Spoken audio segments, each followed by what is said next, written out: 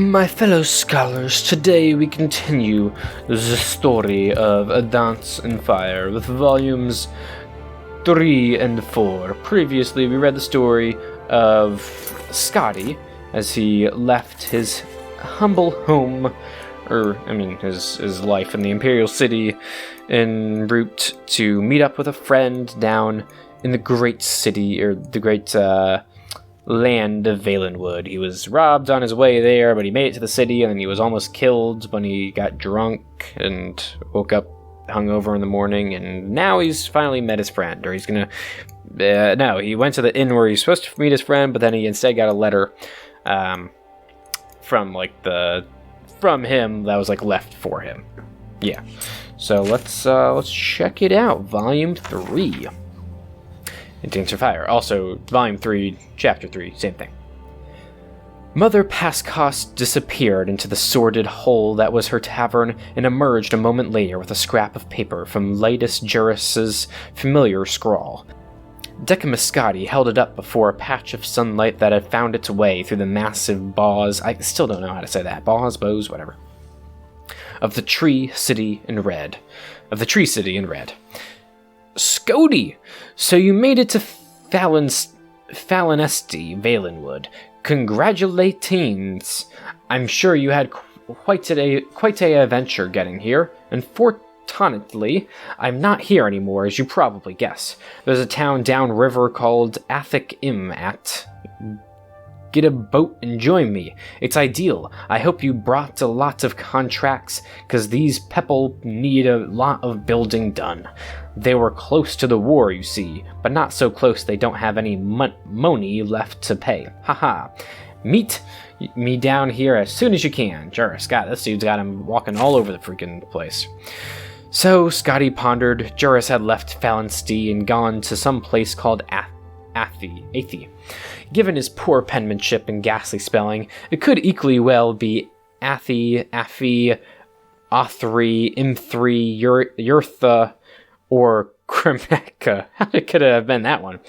The sensible thing to do, Scotti knew, was to call this adventurer over and try to find some way to get back home to the Imperial City. He was no mercenary devoted to a life of thrills. He was, or at least had been, a senior clerk at a successful private building commission. Over the last few weeks, he had been robbed by the Cathay Rot, taken on a death march through the jungle by a gang of giggling Bosmeri, half-starved to death. Okay, that's a bit dramatic. Dude was just having 4 meals a day beforehand. He's just fucking hungry. Okay, drugged with fermented pig's milk. You knew what you were drinking, my dude. Nearly slain by some by some kind of giant tick. Yeah, no excuse for that one. And attacked by archers. Well, that was kind of by accident. They weren't really trying to kill you, my dude. He was filthy, exhausted, and had, he counted, 10 gold pieces to his name. Now the man whose proposal brought him to the depths of misery was not even there. It was both judicious and seemly to abandon the enterprise entirely. And yet, a small but distinct voice in his head told him, "You have been chosen. You have no other choice but to see this through." Scotti turned to the stout old woman, Mother Pascost, who had been watching him curiously. "I was wondering if you knew of a village that was at the edge of the recent conflict with Elsewhere. It's called something like Athi? You must mean Athay," she grinned. "My middle lad, Viglil? He manages a dairy down there. Beautiful country, right on the river. Is that where your friend went?" "Yes," said Scotti. "Do you know the fastest way to get there?" After a short conversation, an even shorter ride to Falinesti's routes by way of the platforms, and a jog to the riverbank, Scotti was negotiating transport with a huge, fair-haired Bosmer with a face like a pickled carp. He called himself Captain Balfix, but even Scotti with his sheltered life could recognize him for what he was, a retired pirate for life, a smuggler for certain, and probably much worse. His ship, which had clearly been stolen in the distant past, was a bent old Imperial sloop. 50 gold and we'll be in Athay in 2 days, boomed Captain Balix expansively. "I have 9 gold pieces," replied Scotti, and feeling the need for explanation added, "I had 10, but I gave one to the platform ferryman to get me down here." 9 is just fine, said the captain agreeably. Oh, that's really fucking sketchy. Truth be told, I was going to Athay whether you paid me or not. Make yourself comfortable on the boat. We'll be leaving in just a few minutes. Scotti boarded the vessel, which sat low in the water of the river, stacked high with crates and sacks that spilled out of the hold and galley and onto the deck. Each was marked with stamps advertising the most innocuous substances: copper scraps, lard, ink, high rock meal marked for cattle, tar, fish jelly.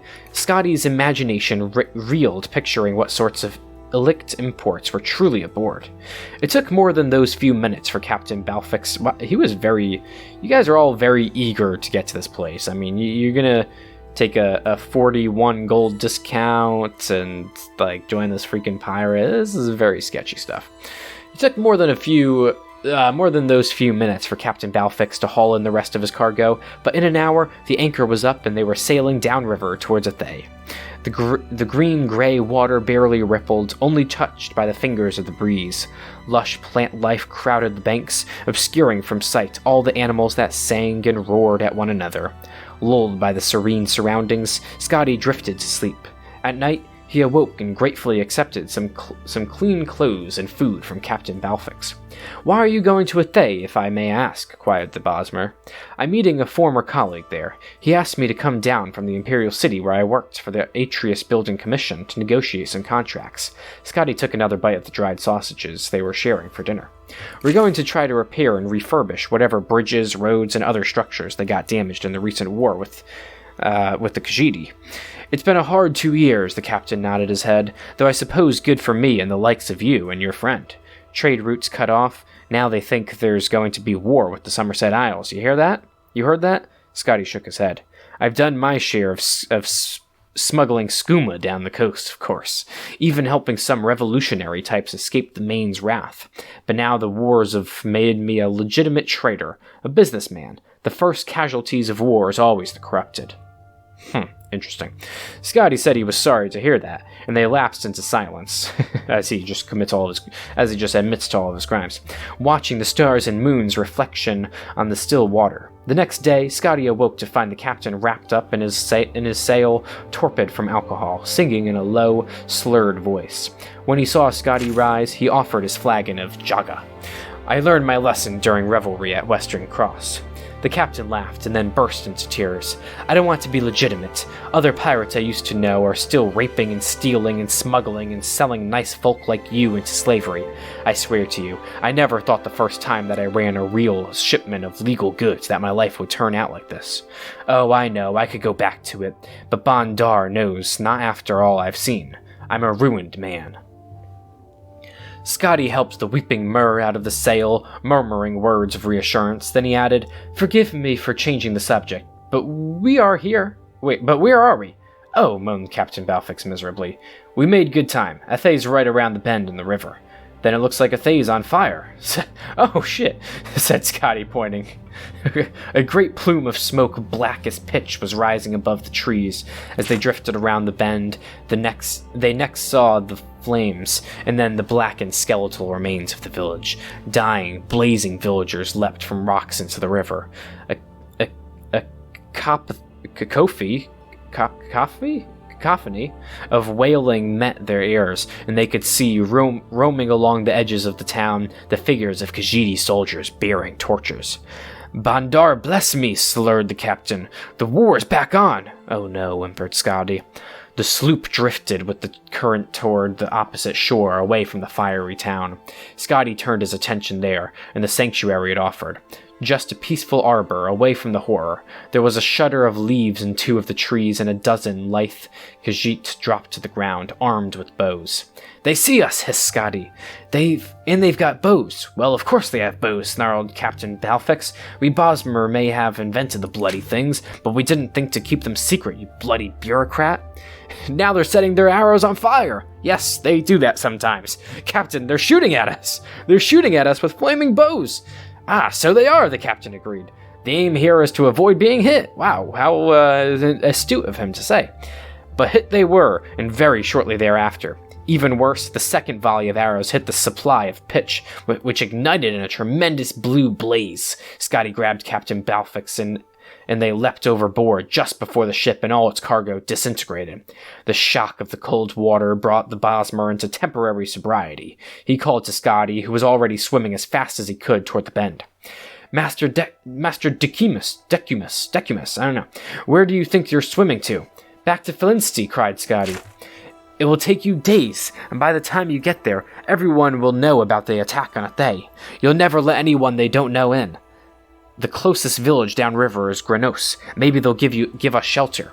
Scotti swam back to the captain, and side by side they began paddling in the middle of the river, past the burning residuum of the village. He thanked Mara that he had learned to swim.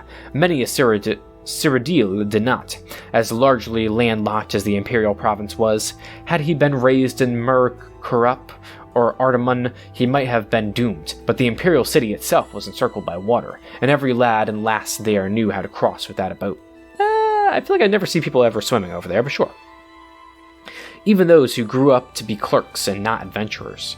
Captain Balfix's sobriety faded as he grew used to the water's temperature. Even in wintertide, the Xylo River was fairly temperate and after a fashion, even comfortable. The Bosmer's strokes were uneven, and he'd stray closer to Scotti and then further away, pushing ahead and then falling behind. Scotti looked to the shore to his right. The flames had caught the trees like tinder. Behind them was an inferno, with which they were barely keeping pace. To the shore on their left, all looked fair, until he saw a tremble in the river reeds, and then what caused it. A pride of the largest cats he had ever seen. They were auburn-haired, green-eyed beasts with jaws and teeth to match his wildest nightmares, and they were watching the two swimmers and keeping pace. Captain Balfix, we can't go to either that shore or the other one, or we'll be parboiled or eaten, Scotti whispered. Try to even your kicking and your strokes. Breathe like you would normally. If you're feeling tired, tell me, and we'll float on our backs for a while. Anyone who had the experience of giving rational advice to a drunkard would understand the hopelessness. Scotti kept pace with the captain, slowing himself, quickening, drifting left and right, while the Bosmer moaned old ditties from his pirate days. When he wasn't watching his companion, he watched the cats on the shore. After a stretch, he turned to his right. Another village had caught fire. Undoubtedly, it was Granos. Scotti stared at the blazing fury, awed by the sight of the destruction. He did not hear that the captain had ceased to sing. Oh god, that's so... Fuck, damn it, Captain Balfix! When he turned back, Captain Balfix was gone. R.I.P. my dude. Also, how did they swim for that long? They were swimming for a very long time. Granted, Balfix did not swim for long enough, but Scotti, goddamn, you were a really good swimmer, my dude. Scotti dove into the murky depths of the river over and over again. There was nothing to be done. When he surfaced after his final search, he saw that the giant cats had moved on, perhaps assuming that he too had drowned. He continued his lonely swim downriver. A tributary, if he noted, had formed a final barrier, keeping the flames from spreading further, but there were no more towns. After several hours, he began to ponder the wisdom of going ashore. Which ashore was the question? He was spared the decision. Ahead of him was a rocky island with a bonfire. He did not know if he were intruding on a party of Bosmeri or Khajiit, only that he could swim no more. With straining, aching muscles, he pulled himself onto the rocks. They were Bosmer refugees, he gathered, even before they told him.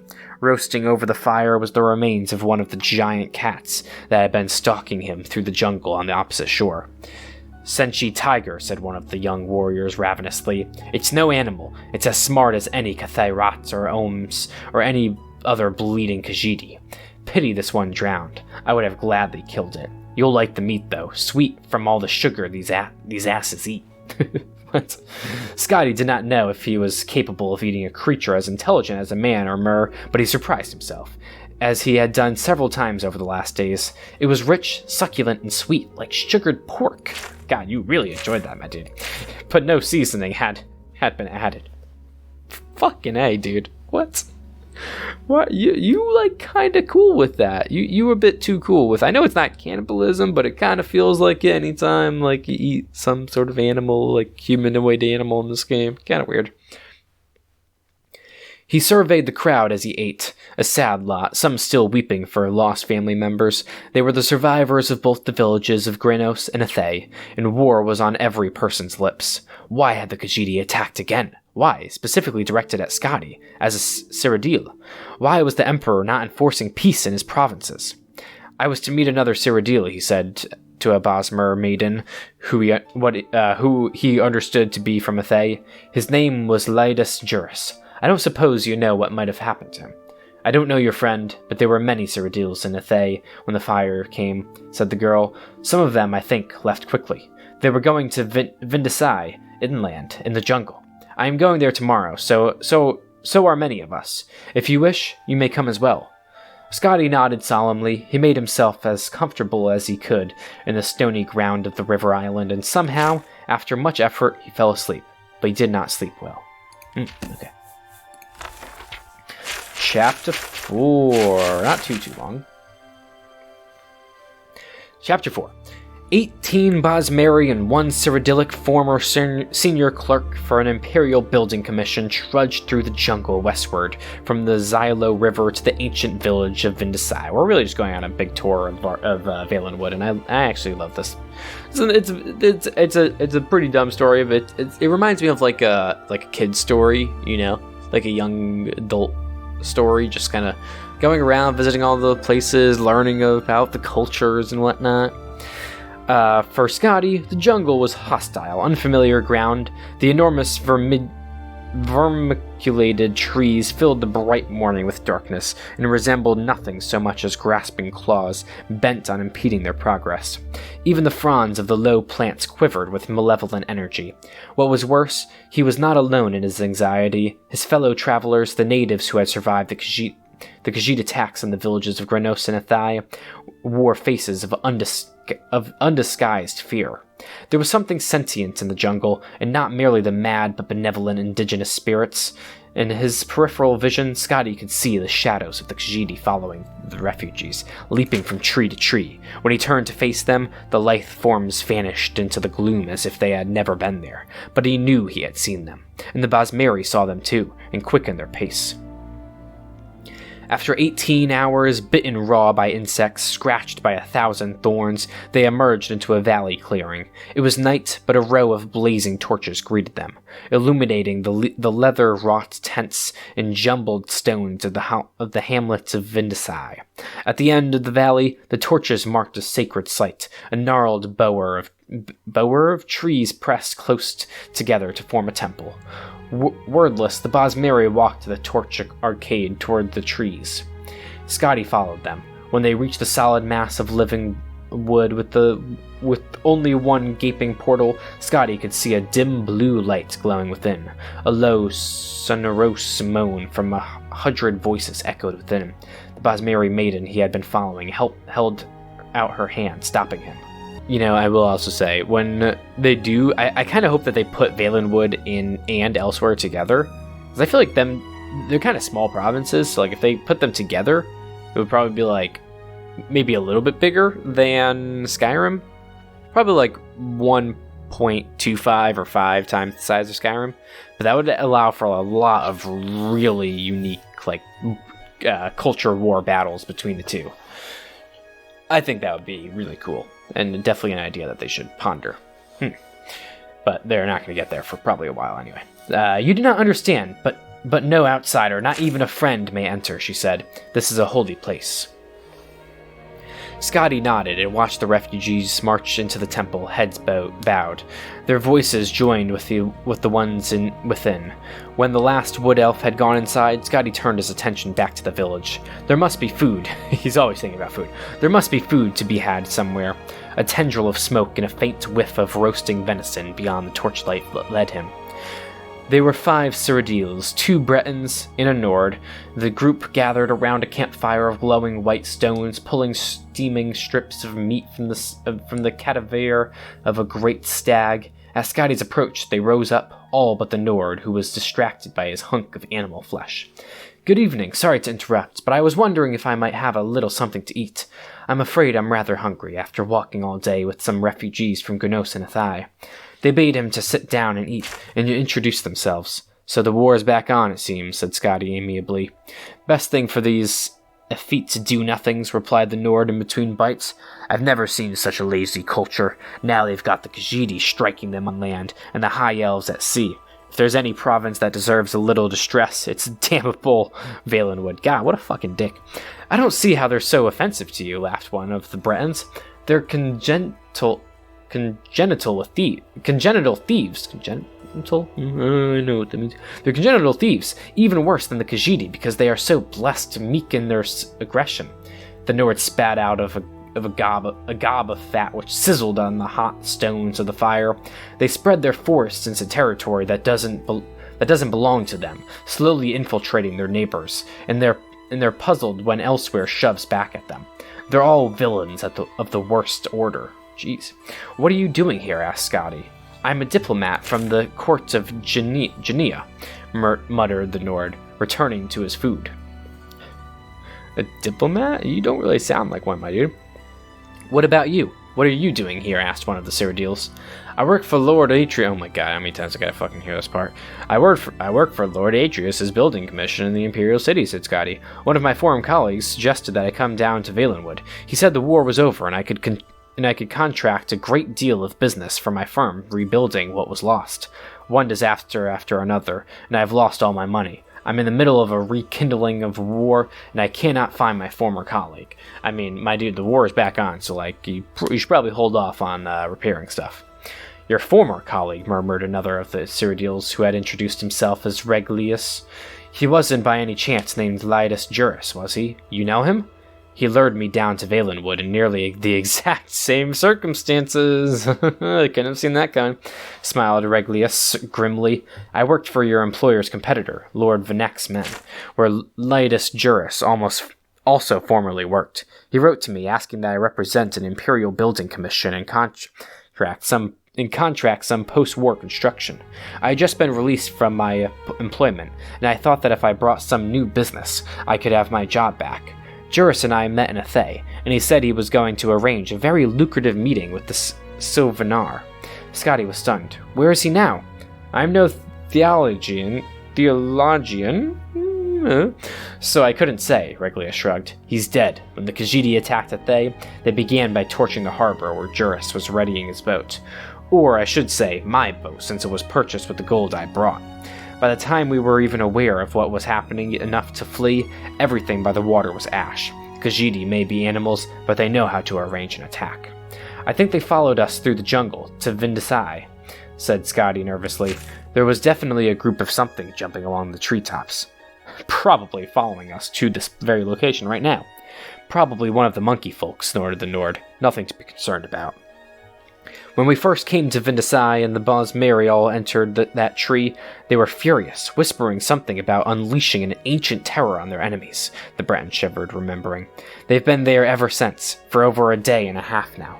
If you want something to be afraid of, that's the direction to look. The other Breton, who was a representative of the Daggerfall Mages Guild, was staring off into the darkness while his fellow provincial spoke. Maybe, but there's something in the jungle too, right on the edge of the village, looking in. More refugees, maybe? Asked Scotti, trying to keep the alarm out of his voice. Not unless they're traveling through the trees now, whispered the wizard. The Nord and one of the Cyrodiils grabbed a long tarp of wet leather and pulled it across the fire, instantly extinguishing it without so much as a sizzle. Now Scotti could see the intruders, their elliptical yellow eyes and long, cruel blades catching the torchlight. He froze with fear, praying that he too was not so visible to them. He felt something bump against his back and gasped. Regulus's voice hissed from up above. Be quiet for Mara's sake and climb up here. Scotti grabbed hold of the knotted double vine that hung down from a tall tree at the edge of the dead campfire. He scrambled up it as quickly as he could, holding his breath lest any grunt of exertion escape him. At the top of the vine, high above the village, was an abandoned nest from some great bird in a trident-shaped branch. As soon as Scotti had pulled himself into the soft, fragrant straw, Regulus pulled up the vine. No one else was there, and when Scotti looked down, he could see no one below. No one, that is, except for the Khajiit, slowly moving toward the glow of the temple tree. Thank you, whispered Scotti, deeply touched that a competitor had helped him. Why do you give a my guy, y'all gotta die. I mean, is the fucking work competition really that important, dude? He turned away from the village and saw that the tree's upper branches brushed against the mossy rock walls that surrounded the valley below. How are you at climbing? You're mad, said Regulus under his breath. We should stay here until they leave. If they burn Vindicai like they did Athai and Grenos, we'll be dead sure if we were on the ground. Scotti began the slow, careful climb up the tree, testing each branch. Can you see what they're doing? I can't really tell, Regulus stared down into the gloom.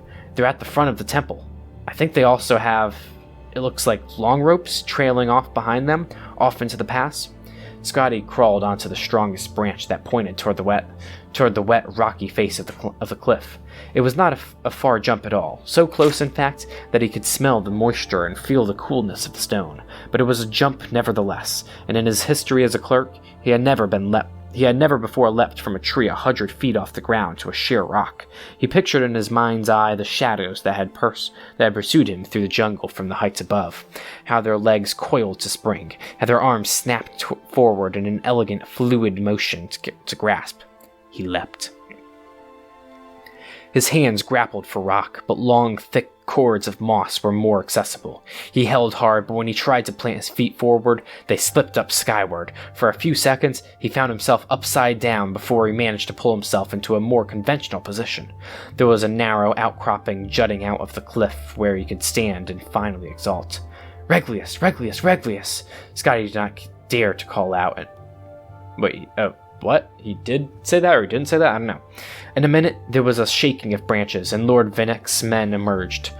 First his satchel, then his head, then the rest of him. Scotti started to whisper something, but Regulus shook his head violently and pointed downward. One of the Khajiit was at the base of the tree, peering at the remains of the campfire. Did they not hear them? Whatever. Regulus awkwardly tried to balance himself on the branch, but as strong as it was exceedingly difficult with only one free hand. Scotti cupped his palms and then pointed at the satchel. It seemed to pain Regulus to let it out of his grasp, but he relented and tossed it to Scotti. There was a small, almost invisible hole in the bag, and when Scotti caught it, a single gold coin dropped out. It rang as it bounced against the rock wall in the descent, a high, soft sound that seemed like the loudest alarm Scotti had ever heard. Then, many things happened very quickly. The Cathay Rot at the base of the tree looked up and gave a loud wail. The other Khajiit followed in chorus as the cat below crouched down and then sprung up into the lower branches. Regulus saw it below him, climbing up with impossible dexterity, and panicked. Even before he jumped, Scotti could tell that he was going to fall. With a cry, Regulus the clerk plunged to the ground, breaking his neck on impact. A flash of white fire erupted from every crevice of the temple, and the moan of the Basmiri prayer changed into something terrible and otherworldly. The climbing Cathay Rats stopped and stared. Kirgo, it gasped. The wild hunt. It was as if a crack in reality had opened wide. A flood of horrific beasts, tentacled toads, insects of armor and spine, gelatinous serpents, vaporous beings with the face of gods, all poured forth from the great hollow tree. Blind with fury, they tore the Khajiit in front of the temple to pieces. All the other cats fled for the jungle, but as they did so, they began pulling on the ropes they carried. In a few seconds' time, the entire village of Vindicai was boiling with the lunatic apparitions of the wild hunt. Over the babbling, barking, howling horde, Scotti heard the Cyrodiils in hiding cry out as they were devoured. The Nord too was found and eaten in both Bretons. The wizard had turned himself invisible, but the swarm did not rely on their sight. The tree the Cathay Rats was in began to sway and rock from the impossible violence beneath it. Scotti looked at the Khajiit's fear-struck eyes and held out one of the cords of moss. The cat's face showed its pitiful gratitude as it leapt for the vine. It didn't have time to entirely replace that expression when Scotti pulled back the cord and watched it fall. The hunt consumed it to the bone before it struck the ground. Goddamn, Scotti, you fucking savage. Scotty's own jump up to the next outcropping of rock was immeasurably more successful. From there, he pulled himself to the top of the cliff and was able to look down into the chaos that had been the village of Vindicai. The hunt's mass had grown and began to spill out through the pass out of the valley, pursuing the fleeing Khajiit. It was then that the madness truly began. Oh my goodness. It's just starting, apparently. In the moon's light from Scotty's vantage, he could see where the Khajiit had attached their ropes. With a thunder thunderous boom, an avalanche of boulders poured over the pass. When the dust cleared, he saw that the valley had been sealed. The wild hunt had nowhere to turn but on itself. Scotti turned his head, unable to bear to look at the cannibalistic orgy. The night jungle stood before him, a web of wood. He slung Regulus's satchel over his shoulder and entered. God damn, okay, the story really started to pick up in that one. Holy crap. This is probably one of the best, I mean, it is 7 books, but this has definitely been one of the best stories. It's 7 books, and like each book is like 30 pages or so. So this is definitely one of the books series, probably the best series, I think. And, probably the best series and one of the most interesting stories that we've had. I did like the other one. I did really enjoy the other one, the guy that was like going through all the different planes of Oblivion. But this is like a really nice, like actual like book series that the game kind of has. So that was volumes 3 and 4. Yeah. Next time that we do some reading, we will do volumes 5, 6, and 7. Yeah, a whole lot of reading in these. But yeah, that's gonna do it for this video. In the next video, we will be stealing everything, exploring all of Breville. Breville also has the Skooma Den, which is, I think have I been to the Skooma Den when I played this? Hopefully I have, but if not, I mean, well, even if we have, I will be revisiting the Skooma Den as well as everywhere else that there is in Breville. Yeah, so with that, thank you for watching. Don't forget to like, comment, subscribe, and I hope to see you in the next video. Goodbye. I don't wanna see the glow without you. Refuse to even leave my home without you. Or my brain's gonna explode without you. I don't even know how to cope without you. Cause I don't wanna see the glow without you. Refuse to even leave my home without you. Or my brain's gonna explode without you. I don't even know how to cope without you.